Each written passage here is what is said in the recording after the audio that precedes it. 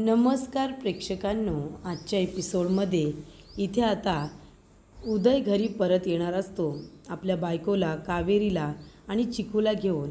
त्यांच्याबरोबर इथे कावेरीसुद्धा असते, कारण कावेरीचे वडील आता त्यांचा मृत्यू झालेला असतो आणि तिने मंदारच्या डोक्यामध्ये इथे आता लोखंडी वस्तू मारल्यामुळे तो सुद्धा हॉस्पिटलमध्ये असतो. तेव्हा इथे उदय म्हणतो की आता तू इथे राहू नकोस, तू आमच्याबरोबर आमच्या घरी चल. तेव्हा इथे ती आता त्यांच्याबरोबर घरी यायला निघालेली असते. उदयच्या घरी सगळेजण जल्लोषात इथे स्वागताची तयारी करत असतात. इथे अगदी फुलांच्या पायघड्या घातलेल्या असतात, बाहेर रांगोळी काढलेली असते. इथे आता माप ओलांडून येण्यासाठी मापसुद्धा तांदळाचं भरून ठेवलेलं असतं.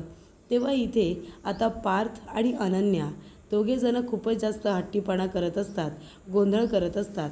तेव्हा विद्या म्हणत असते की तुम्ही दोघेजणं शांत व्हा, नाहीतर असा रट्ट्या देईन ना तुम्हाला. तेव्हा इथे आता आजोबा त्यांचे म्हणत असतात, अगं काय हे सुनबाई, अगं लहान मुलं आहेत ती, त्यांना कशाला रागवतेस. तेव्हा प्रेक्षकांनो, इथे आता काऊ चिकूला घेऊन बसलेली असते. उदय गाडी चालवत असतो तेव्हा कावेरी इथे शांतपणे त्याच्या शेजारी बसलेली असते. ज्या वेळेला इथे मंदार आता तिच्या वडिलांना मारतो आणि सगळा आड इथे कावेरीवरती घेतो, तेव्हा सगळे लोक तिला चुकीचं समजत असतात. म्हणत असतात की अगं कावेरी, हे काय केलंस तू? स्वतःच्या वडिलांना मारताना तुला काहीच कसं वाटलं नाही गं? तुला माया आली की नाही त्यांची? तुझ्यासारखी मुलगी असण्यापेक्षा नसलेली बरी. तेव्हा इथे आता सगळे लोक तिला दोष देत असतात, तिला चुकीचं समजत असतात. तेव्हा इथे काऊ म्हणत असते, हे बघ कावेरी, तू कसलाही त्रास करून घेऊ नकोस. कावेरी म्हणते, नाही काऊ, मी कुठेही येणार नाही आहे. माझे बाबा, त्यांचा इथे जीव गेला आहे, त्या मंदारने मारले, त्यांना सोडणार नाही मी त्या मंदारला. गावकरी मला चुकीचं समजत आहेत, मी कुठेही येणार नाही आहे. मी माझ्या वडिलांच्या मृत्यूचा बदला घेतल्याशिवाय स्वस्थ नाही बसणार. तेव्हा इथे आता कावेरी म्हणत असते, उतरा भाऊजी, मला आत्ताच्या आता उतरा इथे. मी घरी परत जाते, मी कुठेच जाणार नाही आहे. मी माझ्या घरीच राहणार, माझ्या हापूसला मी न्याय मिळवून देणार. तेव्हा इथे आता उदय म्हणत असतो, कावेरी शांत हो, प्लीज शांत हो, ऐक आमचं. हे बघ कावेरी, तुझ्या वडिलांबरोबर जे काही घडलं, काकांबरोबर आपल्या जे काही घडलं, चुकीचंच घडलं, आम्ही काय म्हणतोय. पण हे बघ, आता तू मंदारच्या डोक्यामध्ये जे काही ते लोखंड घातलंस, तेव्हा सगळ्या गावकऱ्यांनी तुला बघितले आणि आता मंदारने तुझ्या विरोधामध्ये गावकऱ्यांना भडकवलेसुद्धा, बरोबर की नाही? मग आता तू जर गावामध्ये परत गेलीस ना, तुझं कुणीच काही ऐकून घेणार नाही. अगं सरळ पोलिसांना फोन करतील आणि तुला अरेस्ट करायला सांगतील. तुझी बाजूसुद्धा कुणी ऐकून घेणार नाही. तेव्हा मी काय म्हणतोय तुला, तू आता आमच्याबरोबर आमच्या घरी चल, तिथे तू थोडे दिवस राहा. इथलं वातावरण निवळलं ना की आपण सगळेजण पुन्हा इथे येऊ आणि सत्य परिस्थिती काय आहे ना ती आपण सगळ्यांना सांगू. तू नको काळजी करू. तेव्हा इथे आता कावेरीचं आयुष्य पूर्णपणे इथे उलथापालथ झालेले असते. तेव्हा इथे तिची मैत्रीण काऊ म्हणत असते, कावेरी, अगं नको ना हट्ट करू, चल ना आमच्याबरोबर. हे बघ, बाळाला, चिकूलासुद्धा तुझी गरज आहे आणि मलासुद्धा. आपण एकमेकींपासून कधी वेगळा राहिलो का गं? लग्न झाल्यानंतरसुद्धा आपल्याला एकत्र राहता यावं म्हणून मी त्याच गावामध्ये राहायला आले की नाही. तेव्हा इथे आता काऊ म्हणत असते, कावेरी, अगं तू नाही म्हणू नको, चल बरं आमच्याबरोबर. तेव्हा इथे आता उदयच्या येण्याची जय्यत तयारी सुरू असते आणि प्रेक्षकांनो, उदय येणार म्हणून त्याने आणलेली साडीच इथे त्याची आई नेसलेली असते. तेव्हा सुलक्षणा खूपच जास्त सुंदर दिसत असते. त्यामुळे इथे आता सुलक्षणा ती साडी नेसून आल्यानंतर यश आणि यशचे बाबा तिच्याकडे बघतच राहतात, कारण त्या दोघांची खूप इच्छा असते की ज्या वेळेला उदय त्याच्या बायकोला घेऊन इथे परत येईल, त्यावेळेला आईने त्याचं अगदी आनंदात स्वागत करायला पाहिजे. आणि त्याचमुळे इथे आता ती उदयला आवडते आणि उदयने आणलेली साडीच ती त्यांच्या स्वागतासाठी नेसलेली असते. तेव्हा इथे पौर्णिमा म्हणत असते, वहिनी, अहो किती सुंदर दिसतंय तुम्ही, तुमचा लेक येणार म्हणून नवीन साडीची घडी मोडलीत की काय? नाही, पण खरं सांगते, खूप सुंदर दिसताय तुम्ही. तेव्हा इथे विद्या आणि बाकीचे सगळेच सुलक्षणाचं कौतुक करत असतात. एवढंच नाही तर काकासुद्धा म्हणत असतात की मंडळी, खरंच खूप सुंदर दिसताय तुम्ही. तेव्हा इथे सुलक्षणा खूपच जास्त खुश होते. आपला मुलगा येणार म्हणून आधीच तिचा चेहरा बहरलेला असतो. त्याच्यामध्ये त्याने आणलेली नवीन साडी नेसलेली असते. त्यानंतर इथे आता ईशा तयारी म्हणत असते की चला आता सगळी तयारी झालेली आहे, फक्त कधी एकदा आता दादा वहिनीला आणि चिकूला घेऊन येतोय असं झाले. विद्या म्हणत असते, मा तुम्ही सांगितल्याप्रमाणे सगळे पदार्थ उदय भाऊजीच्या आवडीचे बनवलेत. आमरसपुरी, त्याचबरोबर बटाट्याची भाजी, तांदळाचे पापड, त्यांना जसे आवडतात ना अगदी तसेच बनवलेत. आणि ते येतील ना म्हणून माप वगैरे ओलांडण्यासाठी तिथे लावूनच ठेवला आहे, तिथे उभा करून ठेवला आहे. पायांच्या पायघड्या वगैरे सगळं काही तयार आहे. आरतीचं औक्षणाचं ताटसुद्धा तयार आहे. बाहेरची रांगोळी अर्धवटच काढली होती. तेव्हा इथे ईशा म्हणत असते की ती मी पूर्ण केली आहे वहिनी, तू नको काळजी करू. तेव्हा इकडे ती म्हणत असते, मा आता उदय भाऊजी येणार आहेत, आनंदाचा क्षण आहे.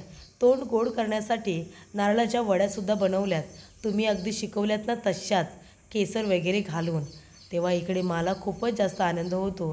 तर इथे विद्या आता घरची सून म्हणून आपली सगळी कर्तव्य व्यवस्थितरित्या पार पाडत असते आणि त्यामुळे इथे मा खूपच जास्त खुश होते. पण यमुना आता एवढंसं तोंड करून उभी राहिलेली असते. यमुनाला वाटत असतं विद्या इतकं काम करते, मी तर काहीच करत नाही. आणि त्याच्यात आता इथे माचा लाडका मुलगा म्हणजे उदयदादा परत येतोय, म्हणजे सगळं अटेन्शन आता त्याला जाणार. दुसरं कुणाला अटेन्शन आता या घरामध्ये मिळणारच नाही. त्यानंतर इथे आता विद्याने स्वयंपाकाची सगळी तयारी करूनच ठेवलेली असते. कधी एकदा आता फक्त उदय येतो याची सगळेजण वाट बघत असतात. तेव्हा इथे ईशा म्हणत असते की आपलं चिकू कधी एकदा येतोय ना असं झालं आहे मला. सगळेजण खूपच जास्त एक्सायटेड असतात. त्यानंतर इथे सगळेजण आनंदी असतात. पण एकटी यमुना म्हणत असते, एवढे सगळे पदार्थ केलेत विद्याने, स्वागताची तयारी पण केली आहे, पण आधी इथे उदयला येऊ देत तरी. उदय येईल तेव्हाचा खरा. म्हणजे मा त्याच्यावरती किती रागवली होती. एवढ्या वर्ष त्यांचं काही बोलणंसुद्धा नाही आहे. मग आता माने बोलावलं तर लगेच उदयदादा येईल असं वाटते का यांना? हे कधीच शक्य होणार नाही. असं इथे आता लगेचच यमुना पौर्णिमाला म्हणत असते.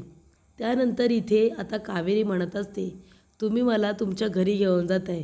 काऊ, अगं तूच तुझ्या सासरी पहिल्यांदा जातीयस ना, आणि तुम्ही जर मला घेऊन गेलात तर त्या लोकांना जर माझा राग आला तर त्यांना माझ्यामुळे त्रास होईल, अडचण होईल माझी. तेव्हा तुम्ही मला तुमच्या घरी घेऊन जाऊ नका. तेव्हा इकडे काऊ म्हणत असते, असा का विचार करतेस तू कावेरी? हे बघ, तू माझी मैत्रीण कमी आणि बहीण जास्त आहेस. अगं तू किती मोठ्या अडचणीत आहेस. तेव्हा इथे उदय म्हणत असतो, नाहीतर काय, तुझ्याबरोबर जे काही घडले ते तू जर मला सांगितलंस ना तर मा तुला लगेच घरामध्ये घेईल. तू अजिबात काळजी करू नको. माझी मा नारळासारखी आहे. नारळवरून कितीही कडक दिसला तरी आतमध्ये कसा मऊ असतो, तशी मा आहे माझी. तू नको टेन्शन घेऊ, तू चल. त्यानंतर इथे आता पौर्णिमाच्या हातून उदयचा फोटो खाली पडतो आणि तो फुटतो. आणि तिकडे सुद्धा उदयची गाडी थोडी रस्त्यावरून चालत असताना तिचा तोल हा गेलेलाच असतो. तेव्हा इथे आता फोटो पडल्यानंतर तो फुटतो. तेव्हा ती म्हणते, अरे देवा, हा उदयचा फोटोसुद्धा आत्ताच पडायचा होता आणि त्याला इथे चिरासुद्धा गेल्या, काचासुद्धा फुटल्या. अपशकून होतोय की काय देवा? तेव्हा इकडे आता सुलक्षणा म्हणत असते, गप्प बस ग तू पौर्णिमा, हे काय बोलतेस तू? तुला चांगलं बोलताच येत नाही का? जेव्हाही बोलतेस काहीतरी चुकीचंच बोलतेस. त्यानंतर तर इथे यमुना आता टेन्शनमध्ये आलेली असते. यमुना तो फोटो वगैरे उचलते. त्यानंतर प्रेक्षकांनो इथे आता मा म्हणत असते की देवा, सगळं काही नीट होऊ दे रे बाबा, माझा उदय सुखरूपरित्या घरी परत येऊ दे. तेव्हा इथे दिवासुद्धा आता विझतो. तेव्हा पौर्णिमा म्हणत असते की अरे देवा, दिवासुद्धा विझला. अहो वहिनी, हे कुठले अपशकून म्हणायचे? आधी फोटो फुटला, मग दिवा विझला, काय म्हणायचं तरी काय? आपला उदय सुखरूपरित्या घरी येईल ना, की तो पोचणारच नाही. त्यानंतरला मा म्हणत असते, अगं कधीतरी नीट बोल ग, कशी बोलत असतेस तू? जेव्हा जेव्हा बोलण्याचा प्रयत्न करतेस ना तेव्हा तेव्हा लोकांच्या मनामध्ये गैरसमज निर्माण होतील असंच काहीतरी बोलतेस. हे बघ, वास्तू तथाच तू म्हणत असते, त्याच्यामुळे बोलताना जरा चांगले शब्द तोडून काढत जा, कळलं का? तेव्हा इथे प्रेक्षकांनो आता पौर्णिमा जे सांगत असते त्याच्यावरती सगळेजण रागवतच असतात. विद्या वगैरे सगळेजण टेन्शनमध्ये आलेले असतात. सकाळपासून सगळेजण उदयची वाट बघत असतात आणि उदय येण्याची आता वेळ झालेली असते. तर इथे असे अपशकून घडत असतात. त्यामुळे इथे सगळेजण आता घाबरतात. सगळेजण एकमेकांना दोष देत असतात की कुणी काही चुकीचं बोलू नका म्हणून, कारण इथे मला फक्त आणि फक्त आपला मुलगा महत्त्वाचा असतो. तो आता लवकरात लवकर घरी परत यायला हवा आहे, ते सुद्धा सुखरूपरित्या, असं मला वाटत असतं. आणि त्याचमुळे प्रेक्षकांनो इथे आता यश आपल्या रूममध्ये येतो आणि उदयचा फोन ट्राय करत असतो. उदयला तो फोन करत असतो, पण उदयचा फोन नॉट रिचेबल असं सांगत असतो. तेव्हा इथे यश म्हणत असतो की काय झालं असेल, जाऊन बघू का. तेव्हा तो जात असताना ईशा तिथे येते आणि म्हणत असते, दादा काय झालं रे, काही बोलणं झालं का. तेव्हा उदय म्हणतो, नाही ना, काही बोलणं झालेलं नाही आहे. काय चाललंय मला खरंच काही कळत नाही आहे. तर इथे दादाला यायला उशीर का होतो आहे, आणि वहिनी आणि चिकूला घेऊन तर येतोय ना तो. तेव्हा तिथे ईशाही तरी म्हणते, दादा अरे काय झालं, तुझं बोलणं झालं का उदय दादा बरोबर. तेव्हा तो म्हणतो, नाही ना, माझं बोलणं झालेलं नाही आहे. तू एक काम कर, तू जा बरं सगळ्यांबरोबर थांब. तेव्हा ती म्हणते, दादा तू पण चल ना. अरे लाईट पण गेल्या, दादाचा अचानक फोटोही फुटला, सगळेजण खूप पॅनिक झाले, तू सुद्धा चल. तू तिथे असशील ना तर सगळेजण जरा शांत तरी राहतील. तेव्हा इथे ईशाच्या बोलण्यामध्ये तथ्य असतं, कारण कसं आहे, इथे आता एवढं मोठं संकट घरावरती येणारच आहे, पण त्याचे आता चाहूल आधीच लागलेले आहे. तर इथे फोटो फुटणं असू दे, लाईट जाणं असू दे, त्याचबरोबर इथे ज्या दिवशी आता उदय येतोय त्याच दिवशी दिवा विझणं असू दे, या गोष्टी जेव्हा घडत असतात तेव्हा मनामध्ये वेगवेगळ्या शंका येत असतात, वेगवेगळे गैरसमज निर्माण झालेले असतात. आणि म्हणूनच इथे आता ईशा म्हणत असते की दादा तू बाहेर चल, तू बाहेर आलास ना तर सगळेजण जरा शांत होतील. त्यानंतर प्रेक्षकांनो इकडे आता यश म्हणत असतो की हो चल आपण जाऊया. तेव्हा कावेरी आता बाळाला घेऊन त्यांच्या घरच्या रस्त्याने येत असते. ती हळूहळू चालत येत असते, कारण तिला खूपच जास्त मार लागलेला असतो, कारण तिने गाडीतून उडी मारलेली असते, तीसुद्धा चिकूला घेऊन. त्यानंतर इथे लाईट काही अजून येत नाही, लाईट का येत नाही आहेत म्हणून आता चेक करायला सांगितलेलं असतं. त्यानंतर प्रेक्षकांनो इथे आता कावेरी इथे यशच्या घरी बाळाला घेऊन आलेली असते, आणि ती ज्या दिवशी तिथे येते तेव्हा बागेतली सगळी झाडं सगळी इथे तरतरीत झालेले असतात. ब्रह्मकमळसुद्धा उमललेलं असतं. ब्रह्मकमळसुद्धा उमलल्यानंतर इथे आता लाईट का गेल्यात हा प्रश्न सगळ्यांना पडताच इथे आता नवीन व्यक्तीची एंट्री झालेली असते. ती आता इथे पायऱ्या वगैरे चढून व्यवस्थितरित्या घरामध्ये जात असते. कारण का प्रेक्षकांनो इथे आता चिकूसाठी तिला राहावं लागणार असतं, आणि त्याचबरोबर तिच्या घरावरती आलेलं एवढं मोठं संकट, त्यातूनसुद्धा तिला बाहेर पडायचंच असतं ना. त्यानंतर इथे आता ती दरवाजा उघडते, आणि ज्या पायघड्या इथे आता काहूसाठी घातलेल्या असतात, उदयसाठी घातलेल्या असतात, त्या पायघड्यांवरून, त्या फुलांच्या पाकळ्यांवरून आता कावेरी ही घरामध्ये एंट्री घेते. आणि त्याचबरोबर इथे खूपच जास्त काळोख असतो, म्हणून शेवटीला ती सरळ घरामध्येच येते. सगळेजण तिच्याकडे बघत बसतात. तिची अवस्था खूपच जास्त बिकट असते. अंगाला पूर्ण माती लागलेली असते, हातापायाला लागलेलं असतं, डोक्याला लागलेलं असतं, रक्त आलेलं असतं, अगदी लाल बुंद झालेली असते, हातामध्ये छोटासा चिकू. सगळेजण म्हणत असतात की आमचा उदय कुठे आहे. सगळेजण बघतच बसतात. आधी सगळेजण तिच्या पायाकडे बघतात, कारण लक्ष्मीच्या पावलांनी इथे ती आता माप ओलांडून गृहप्रवेश तर तिने केलेला असतो, पण ती तिथेच उभी असते.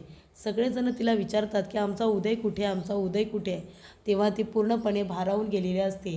काय बोलावं, काय सांगावं तिला काहीच कळत नसतं. ती पूर्णपणे टेन्शनमध्ये आलेली असते. तेव्हा मा म्हणत असतात, अगं काय आमच्याकडे, आमच्या तोंडाकडे बघत उभी आहेस, सांग ना कुठे आमचा उदय.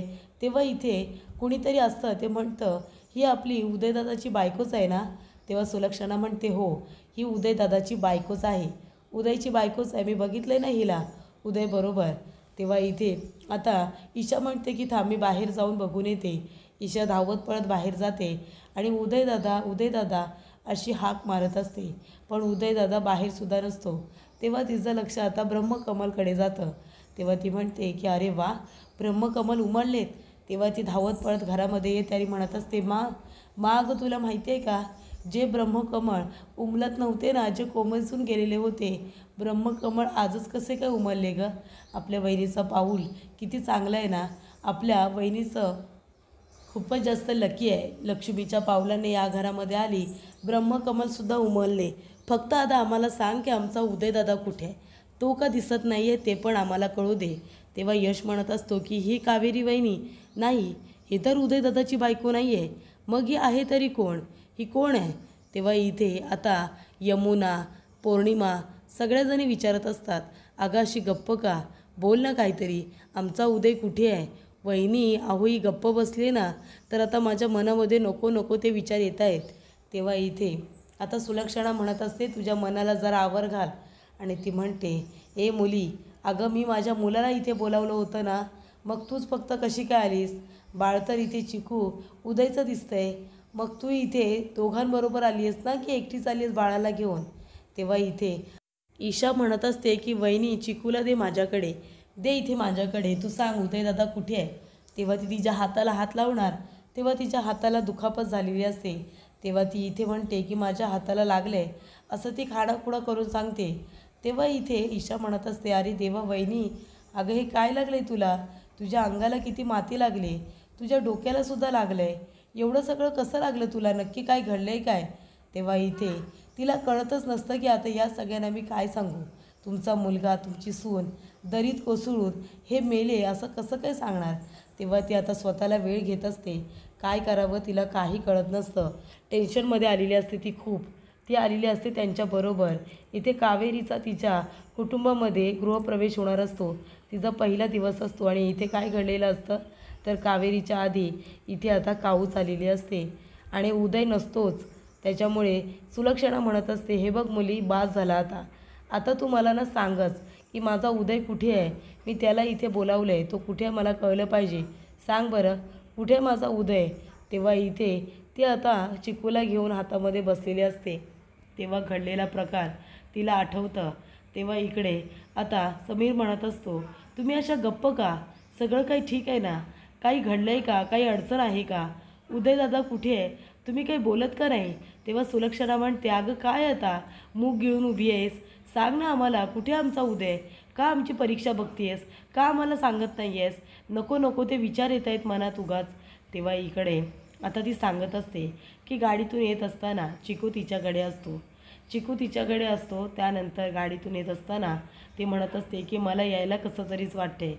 तेव्हा ते म्हणतात, नको काळजी करू, आमच्या घरातली सगळी माणसं चांगली आहेत. आणि तेव्हा इथे समोरून आता एक ट्रक येतो. तेव्हा उदय गाडी वाचवायला जातो. तेव्हा इथे आता कसं बसं ॲक्सिडेंट होता होता गाडी वाचते. तेव्हा तो म्हणतो की अरे देवा, ब्रेक्स लागत नाही आहेत काऊ, अगं ब्रेक्स नाही लागत आहेत, ब्रेक फेल झालेत. तेव्हा इकडे आता कावेरी म्हणत असते, काय बोलताय तुम्ही? तेव्हा तो म्हणतो, काऊ अगं मी खरं तेच सांगतोय, ब्रेक फेल झालेत. तेव्हा उदय म्हणतो, कावेरी तू चिकूला घेऊन गाडीतून उडी मार, प्लीज गाडीतून उडी मार. तेव्हा ती म्हणते, नाही भाऊजी नाही, मी तुम्हाला दोघांना सोडून कुठेही जाणार नाही आहे. तेव्हा कावेरी म्हणते, तू आमची काळजी करू नकोस गं, तू जा ना. तेव्हा काऊ तिला आता वाकून टोकून बघत असते. तेव्हा प्रेक्षकांनो इथे आता गाडीचा अपघात होतो. तेव्हा इथे उदय लगेचच इथे कावेरीने लावलेलं सीट बेल्ट काढतो आणि दरवाजा उघडून तिला आता दारातून बाहेर ढकलून देतो. तिला म्हणतो, जा तू तरी जग आणि आपल्या चिकूला लहानाचं मोठं कर. त्याच्यानंतर गाडीचे ब्रेक फेल झालेले असतात. गाडी काही आता इथे थांबायला तयार नसते. तेव्हा उदय म्हणतो की काऊ तू सुद्धा उडी मार गाडीतून, आपल्याला सुद्धा उतरावं लागेल. तेव्हा गाडीतून उडी मारत असतानाच इथे गाडी दरीमध्ये जाते आणि दरीमध्ये कोसळते. पूर्णपणे आता गाडीचा स्फोट झालेला असतो. तर प्रेक्षकांनो इथे आता खूपच जास्त टेन्शनमध्ये कावेरी असते. काऊ भाऊजी, काऊ भाऊजी अशा हाका मारत असते. तिच्या हातामध्ये इतकं छोटं बाळ. इथे आता चिकू तिच्याकडे असतं आणि त्याचे आईवडील हे दोघे आता अपघातामध्ये मेलेले असतात. हे कळल्यानंतर आता सगळ्यांनाच खूप मोठा धक्का बसतो प्रेक्षकांनो, खूप मोठा धक्का. त्यानंतर इथे आता काय करायचं? इथे आता उदय गाडीतून उडी मारत असताना गाडी आता दरीमध्ये कोसळलेली असते आणि इथे कावेरी आपल्या मैत्रिणीला आणि इथे तिच्या नवऱ्याला शोधत असते. पण इथे आता गाडी काही थांबत नाही.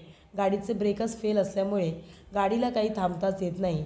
तेव्हा इथे उदय कितीतरी दिवसानंतर घरी जाणार असतो, पण त्याचं जाणं राहतं. तेव्हा इथे प्रेक्षकांनो आता यश पोलिसांना फोन करतो आणि विचारणा करतो. तेव्हा पोलीस म्हणतात की गाडी खूपच जास्त दरीत कोसळली आहे, त्यांचं वाचणं कठीण आहे, वाचले नसतील ते. तेव्हा यश म्हणतो, आई खरोखर अपघात घडला आहे. तेव्हा इथे ती लगेचच इथे तिला हाताला पकडते कावेरीला सुलक्षणा आणि घरातून हाकलून देते. तेव्हा कावेरी इथे चिकू चिकू असं म्हणत असते. त्याचबरोबर इथे आता कावेरीला खूपच जास्त टेन्शन आलेलं असतं सुलक्षणाचं, घरामध्ये घेईल की नाही याचा विचार तिला आता पडलेला असतो आणि त्यामुळे ती जरा विचारात पडलेली असते.